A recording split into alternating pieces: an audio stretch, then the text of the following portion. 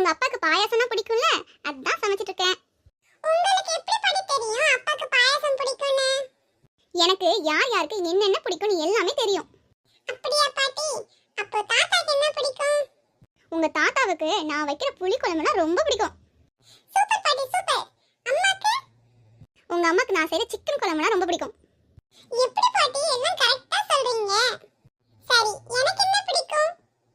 உனக்கு நான் செய்யற கேசரி பிடிக்கும். ஐயோ பாட்டி கரெக்ட்டா சொன்னீங்க. சரி, உங்களுக்கு என்ன பாட்டி பிடிக்கும்? எனக்கா? எனக்கு என்ன பிடிக்கும் தெரியலடா. என்ன பாட்டி எல்லாருக்கும் பிடிக்கிறது சொன்னீங்க,